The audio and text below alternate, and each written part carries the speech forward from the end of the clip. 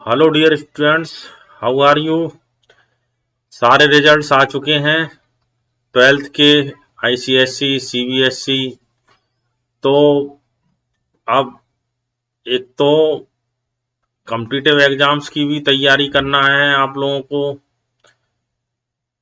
और अभी नीट का एग्जाम देना है।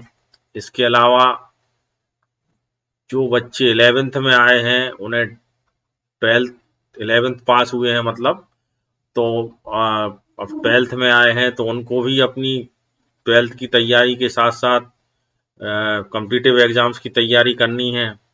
तो मैं अब अपना फिजिक्स का जो लेक्चर अभी पिछली बार जहाँ मैंने छोड़ा था, एटम्स की प्रॉब्लम में डिस्कस कर रहा था। मैंने शायद 5 प्रॉब्लम डिस्कस की थी। उसके आगे की प्रॉब्लम अब हम लोग डिस्कस करेंगे। और कोई भी अगर आप लोगों को डाउट होता है तो आप जो है कमेंट करके वो डाउट अपना पूछ सकते हैं। मैं वीडियो डाल के आप लोगों से संपर्क करके और आपके डाउट को क्लियर करूंगा। ठीक है, तो चलिए हम स्टार्ट करते हैं।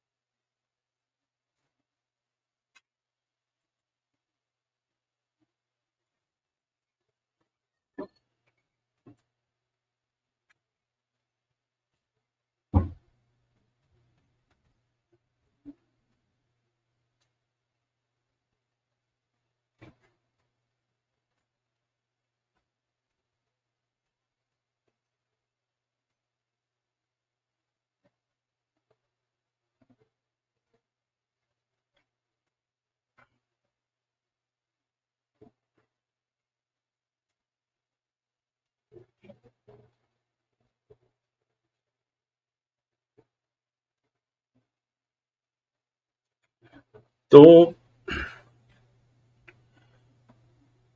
ये क्वेश्चन है, potential energy of electron in an excited state of hydrogen atom is minus 1.7 electron volt. What is the total number of radiations possible when electron moves to lower state?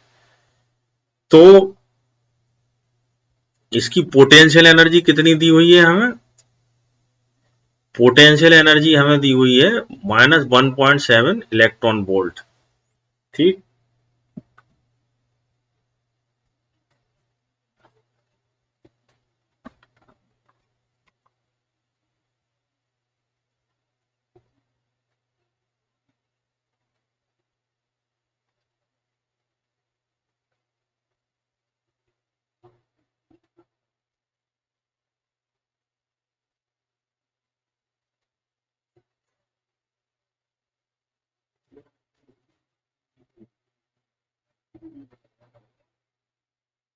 Potential energy दी है 1.7 electron volt. तो हमें इससे क्या है, potential energy से total energy निकालना होगी। तो टोटल एनर्जी का फॉर्मूला क्या होता है? टोटल एनर्जी का फॉर्मूला होता है E is equal to kinetic energy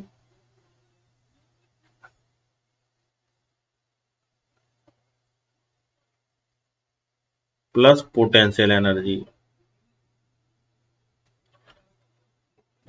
अब एक चीज और है,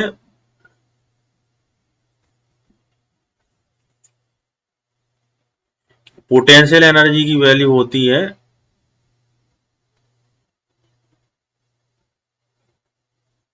e square upon 4 pi epsilon 0 r. और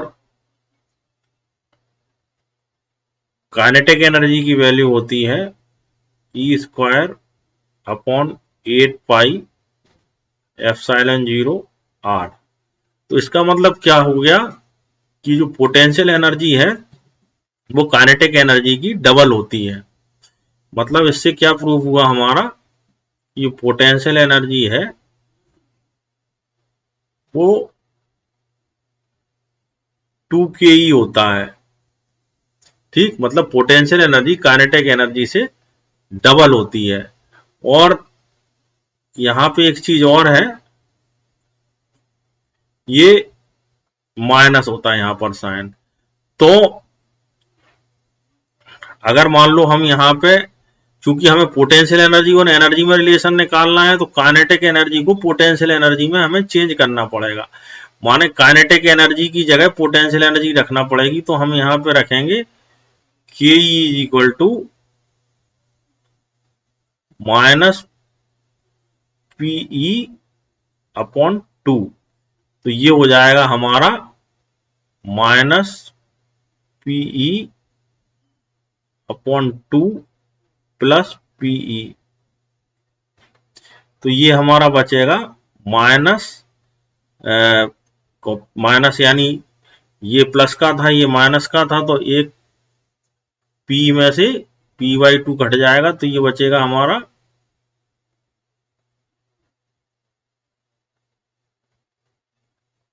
p/2 E is equal to.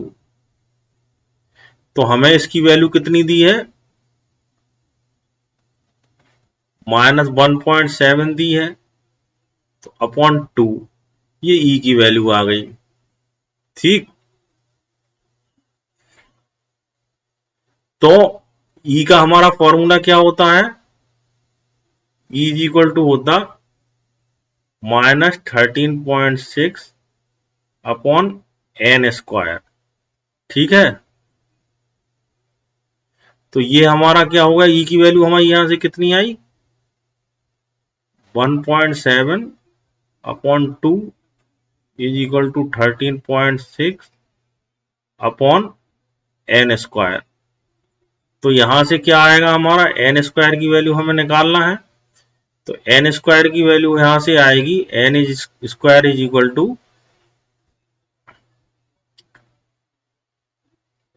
13.6 into 2 upon 1.7।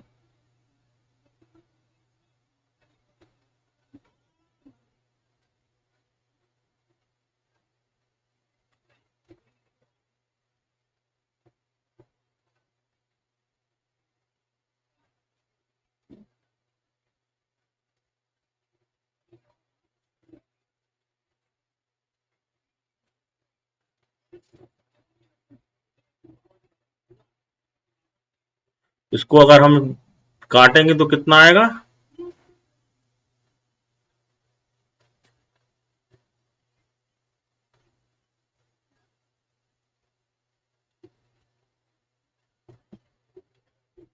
ये 8 टाइम्स जाएगा, 8 इंटू 2 ये आ जाएगा 16। तो n square is equal to 16 आया, तो n इज इक्वल टू आ जाएगा 4।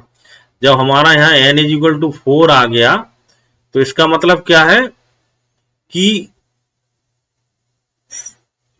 हमें n इस तरह से दिए हुए हैं 1 2 3 4, और यहां पे हमें निकालना है कि कितने रेडिएशंस होंगे। तो देखिए इसका फॉर्मूला होता है n square minus n upon 2, यानी 16 माइनस 4 अपॉन 2 यानी 12 अपॉन 2 इज इक्वल टू 6। बना के देखें अगर हम, तो एक ये बनेगा, एक ये बनेगा, एक ये बनेगा, एक ये बनेगा, एक ये बनेगा, और एक ये बनेगा। तो 6 बने। तो इस तरह से क्या हो गया यहाँ पे, मतलब जो हमारा इलेक्ट्रॉन था वो एक्साइटेड स्टेट नंबर 4 में था, n इज इक्वल टू 4 में था, और n इज इक्वल टू 4 से ग्राउंड स्टेट में आने पर हमें पता है फॉर्मूले से भी और बना के भी कि 6 रेडिएशंस होते हैं। तो इसका जो आंसर होगा हमारा वो कौन सा होगा, वो सेकंड वाला हमारा ऑप्शन सही होगा इसका। ठीक।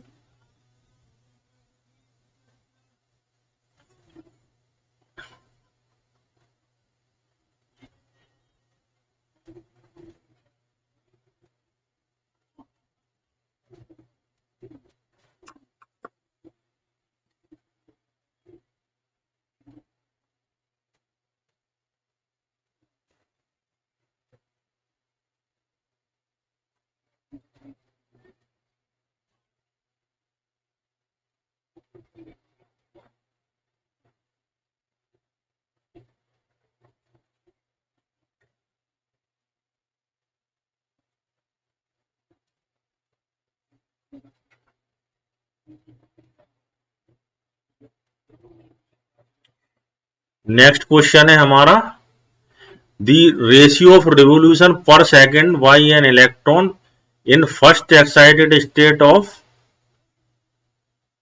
Helium to another electron in second excited state of lithium is. तो रिवोल्यूशन निकालना है, मतलब एन निकालना है या फ्रीक्वेंसी निकालना है, एफ हमें इसकी फाइंड करना है। तो किस किस के लिए निकालना है हमें, first excited state of helium और second excited state of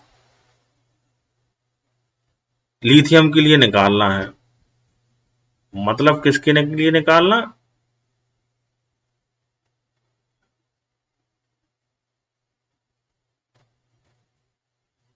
first excited state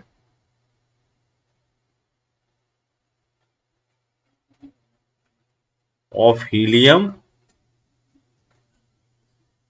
and second excited state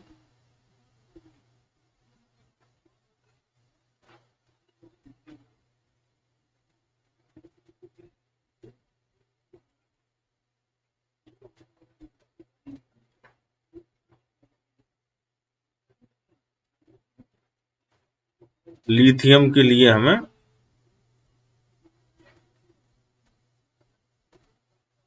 find करना है। ठीक है।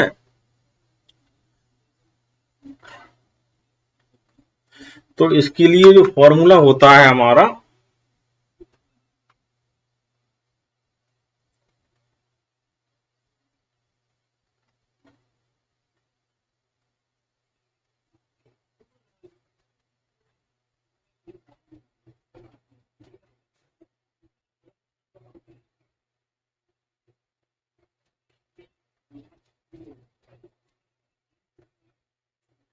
F is directly proportional to होता है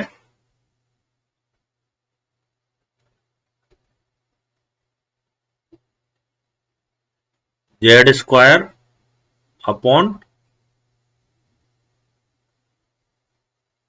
एन क्यू, ये इसका फॉर्मूला होता है।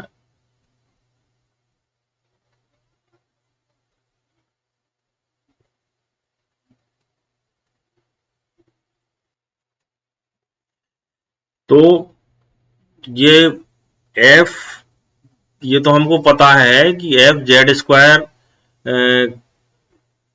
जो होता है, मतलब F की क्या है, फ्रीक्वेंसी है। और हमें ये पता है कि अपन जब लैम्डा निकालते हैं या जब एनर्जी निकालते हैं तो एनर्जी क्या होती है, 13.6 upon n square into Z square होता है।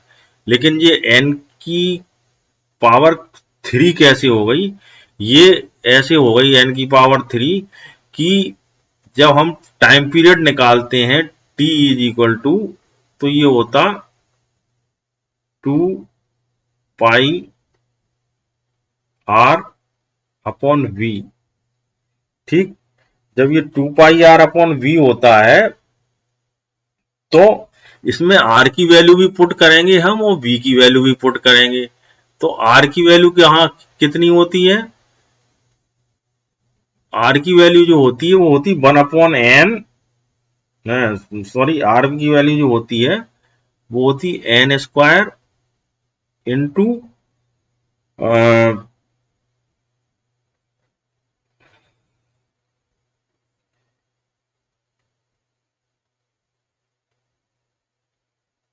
एप्सिलॉन नॉट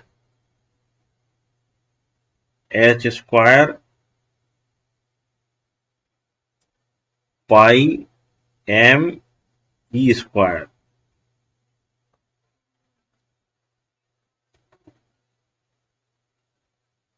ठीक। और v की वैल्यू जो होती है, v की वैल्यू होती 1/n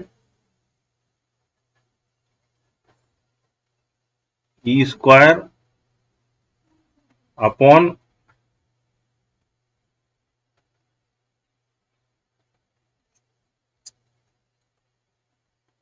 2 एप्सिलॉन नॉट एच।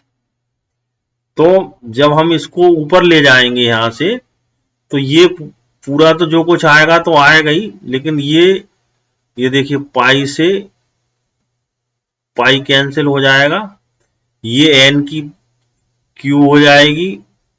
ठीक। और ये एप्सिलॉन नॉट का स्क्वायर हो जाएगा, ये 2 का 4 हो जाएगा, ये 2 ऊपर जाएगा तो ये 4 हो जाएगा। ठीक। और ये एप्सिलॉन नॉट का स्क्वायर हो जाएगा, एच का क्यू हो जाएगा, और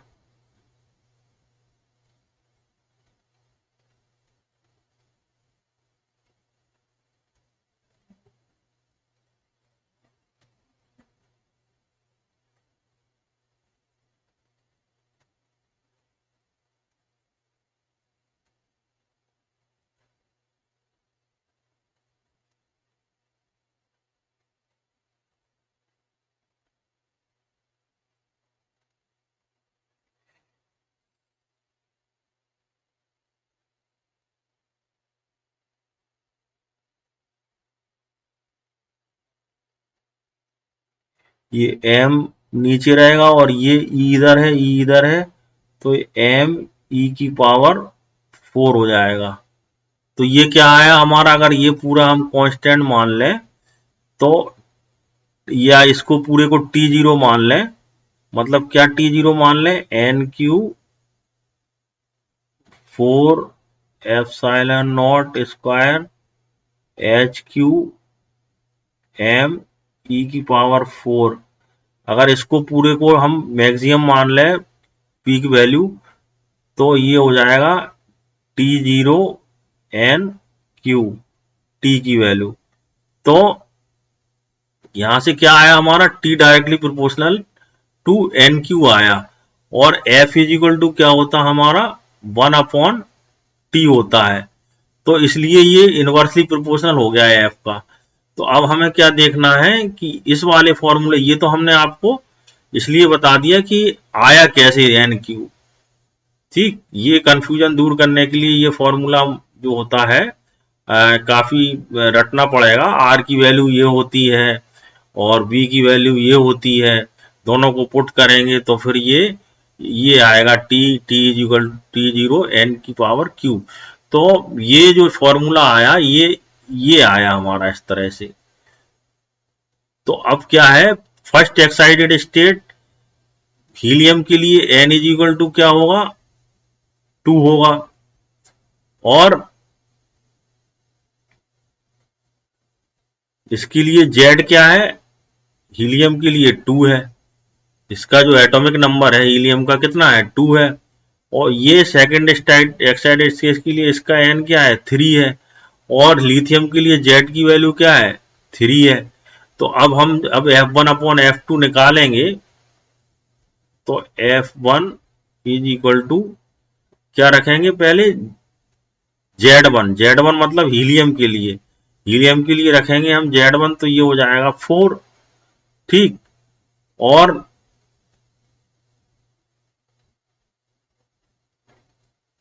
अपॉन में इसका ये रखेंगे तो ये कितना हो जाएगा, 2 2 जा 4 2 जा 8। ठीक। अब यहां F2 रखेंगे हम, तो F2 के लिए यहां पर क्या होगा, एन यहां होगा जेड स्क्वायर, यानी 3 3 जा 9, ठीक। और ये हो जाएगा आपका 3 3 या 9 3 या 27, ठीक। तो ये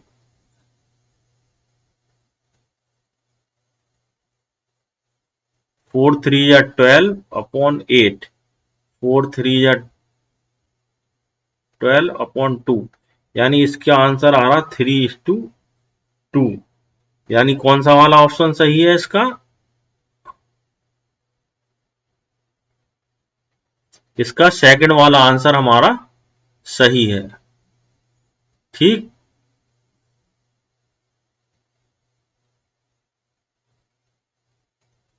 नेक्स्ट क्वेश्चन देखते हैं।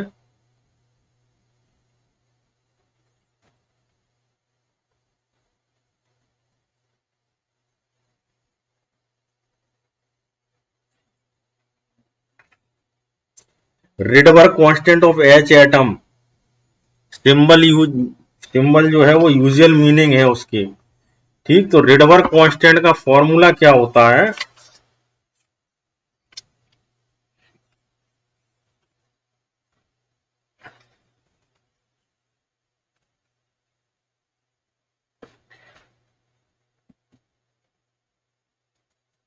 तो रिडबर्ग कांस्टेंट का फॉर्मूला होता R =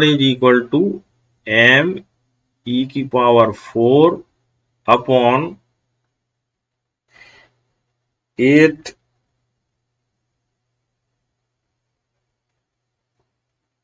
epsilon naught square HQ, ठीक, CHQ। अब यहां पर क्या है, हमें के टर्म में चाहिए ये आंसर, ठीक। तो k क्या होता? 1/4πε0। तो यहां पे हमें एप्सिलॉन नॉट की वैल्यू पुट करना पड़ेगी। तो एप्सिलॉन नॉट की वैल्यू क्या होगी? 1/4π k, ठीक। तो यहां की जगह हम क्या लिख देंगे? यहां पर mE⁴/8, 4 4 जा 16 पाई स्क्वायर के स्क्वायर CHQ। तो ये हो जाएगा 8 2 जा 16। तो ये पूरा ऊपर आ जाएगा 2 पाई स्क्वायर के स्क्वायर mE⁴ अपॉन CHQ।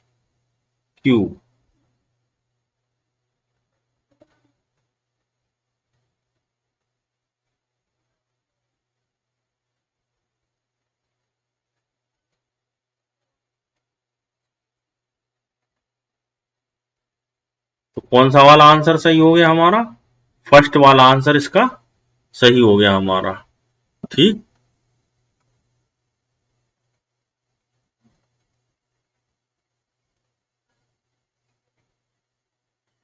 ये क्वेश्चन है, for hydrogen atom the wavelength is minimum among the following for the transition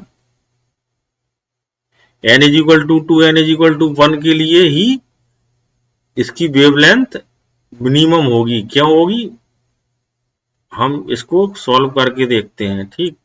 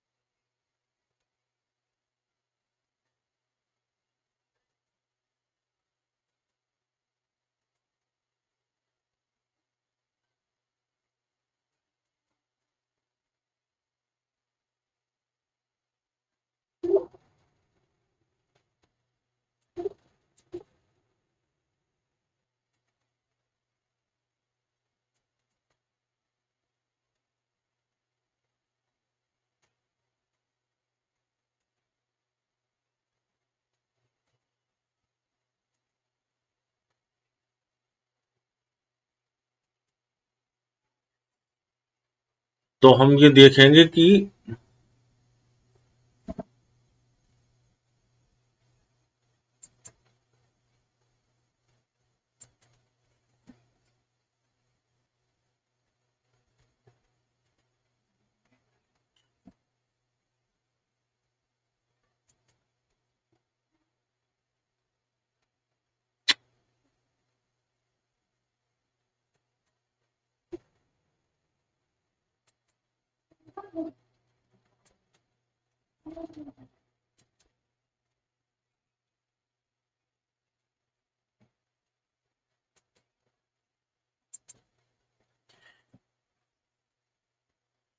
n is equal to 2 से n इज इक्वल टू 1 में आने में फ्रीक्वेंसी कितनी हो, वेवलेंथ कितनी होगी? तो 1 upon lambda is equal to होता r 1 अपॉन 1 का स्क्वायर माइनस 1 अपॉन 2 का स्क्वायर। तो ये हो जाएगा r is equal to 1 minus 1 upon 4। तो ये हो जाएगा हमारा 3r/4 1 अपॉन लैम्डा की वैल्यू। तो यहां से लैम्डा की वैल्यू हो जाएगी 4 अपॉन 3r।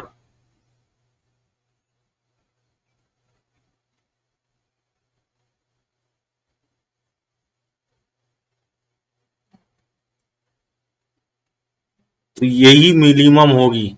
और हम किसी में भी देखेंगे आगे n इज इक्वल टू 3 से n इज इक्वल टू 2 में जाएंगे, n इज इक्वल टू 4 से n इज इक्वल टू 3 में जाएंगे, n इज इक्वल टू 5 से n इज इक्वल टू 4 में जाएंगे, तो सब में इसकी वैल्यू ज्यादा आएगी। हम 3 से 2 में जाके देखते हैं, क्या करते हैं, हम 3 से 2 में जाते हैं। ठीक, तो ये आ जाएगा हमारा r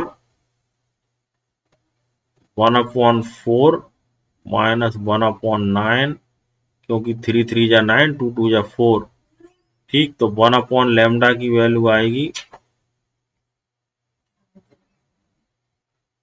36, 9 माइनस 4 का मतलब 5r। तो लैम्डा की वैल्यू आएगी 36 अपॉन 5r। तो ये वैल्यू इससे ज्यादा आ रही। ठीक, तो मतलब क्या है कि हम और भी सॉल्व करके देखेंगे तो यही वैल्यू जो होगी वो मिनिमम होगी। मतलब पहला वाला हमारा ऑप्शन सही है। ठीक है,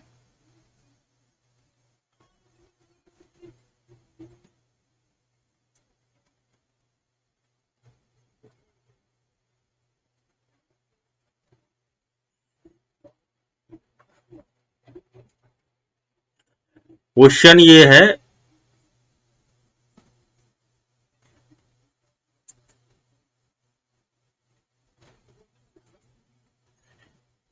when light of wavelength 800 angstrom illuminates a metal, the most energetic photoelectron emitted can just ionize the hydrogen atom in ground state. What is the work function of metal approximately?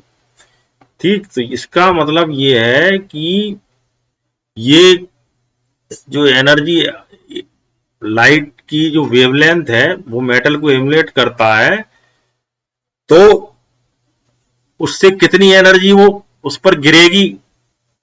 ठीक है, और ये क्या करेगा, हाइड्रोजन एटम को ground state में ionise कर रहा है। तो जो है, जो लाइट जो गिर रही है वो उससे जो एनर्जी निकल रही है, जो फोटोन से, जो इलेक्ट्रॉन से जो एनर्जी निकल रही है इलेक्ट्रॉन के साथ, वो उससे कितनी एनर्जी निकल रही है, उससे इतनी एनर्जी निकल रही है कि वो हाइड्रोजन एटम को आयोनाइज करने में सक्षम है। तो मतलब क्या है कि देखिए, जो फोटो इलेक्ट्रिक इफेक्ट है, फोटो इलेक्ट्रिक इफेक्ट में क्या होता है कि कोई भी जब लाइट किसी भी मेटल पर पड़ती है तो वो मेटल में क्या होता है, उससे इलेक्ट्रॉन अलग हो जाते हैं, और वो इलेक्ट्रॉन उस एटम से कुछ एनर्जी के साथ एमिट होते हैं, तो उसको कहते हैं हम लोग फोटो इलेक्ट्रिक इफेक्ट। कि मतलब लाइट एनर्जी गिरी और लाइट एनर्जी गिरने के बाद इलेक्ट्रॉन वहां से एमिट हुए। तो होता क्या यह है कि कुछ एनर्जी जो फोटोन लेके आते हैं लाइट के, वो खर्च हो जाती है इलेक्ट्रॉन को बाहर निकालने में। क्यों? क्योंकि जो न्यूक्लियस होता है, न्यूक्लियस और इलेक्ट्रॉन के बीच में एक एट्रैक्शन का फोर्स होता है, तो वो एट्रैक्शन फोर्स की वजह से उस एट्रैक्शन फोर्स के विरोध में उस इलेक्ट्रॉन को अलग करना होता है उस एटम से। तो क्या होता है, उसमें कुछ एनर्जी खर्च होती है, तो वो एनर्जी कहलाती work function of the metal. और जितनी एनर्जी खर्च होने के बाद, मतलब इलेक्ट्रॉन को एटम से खर्च होने के बाद जितनी इलेक्ट्रॉन जो एनर्जी बचती है, वो कहलाती काइनेटिक एनर्जी, या वो कैसे इन द फॉर्म ऑफ वो रहती है in the form of kinetic energy of electron. तो जो भी एनर्जी फोटोन की आई वो दो कार्यों में खर्च हो गई, एक तो वर्क फंक्शन में और दूसरा उसके जो बची वो इलेक्ट्रॉन की काइनेटिक एनर्जी के फॉर्म में। तो मतलब क्या हुआ,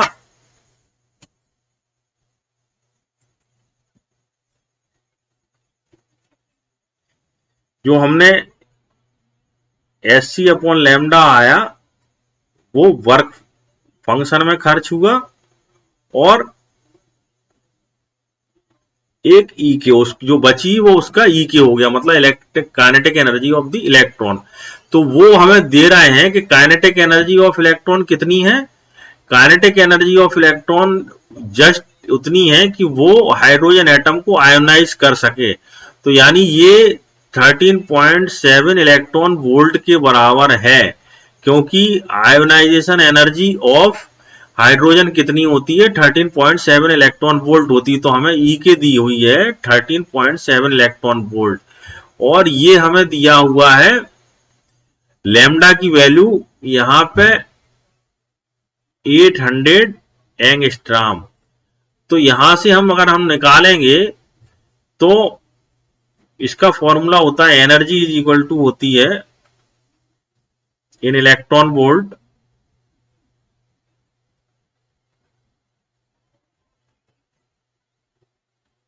one two 400 upon lambda in angstrom.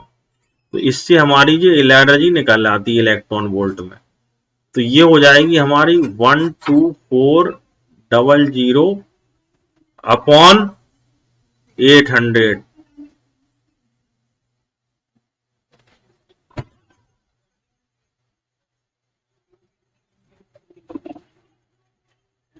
Eight one जा 8, 4 बचे, 8 5 जा 40, 8 5 जा 40।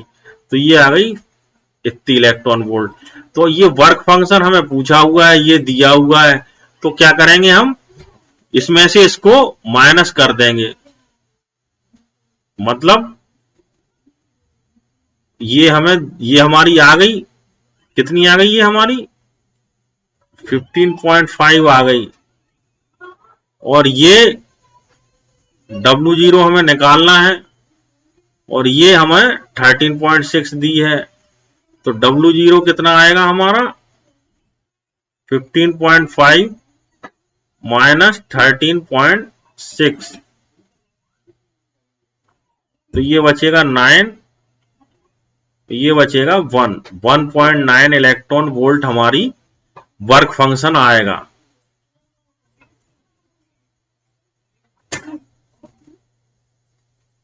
यानी इसका सेकंड वाला ऑप्शन हमारा सही होगा। ठीक, तो हमने आज इसके 10 क्वेश्चन जो है डिस्कस किए। अब हम नेक्स्ट क्लास में इसके और क्वेश्चन डिस्कस करेंगे। हम कम इसलिए डिस्कस कर रहे हैं क्योंकि आप लोग बोर ना हो और अपना खुद भी क्वेश्चन सॉल्व करें, और जो ना आए वो हमसे पूछें। ठीक है, थैंक यू।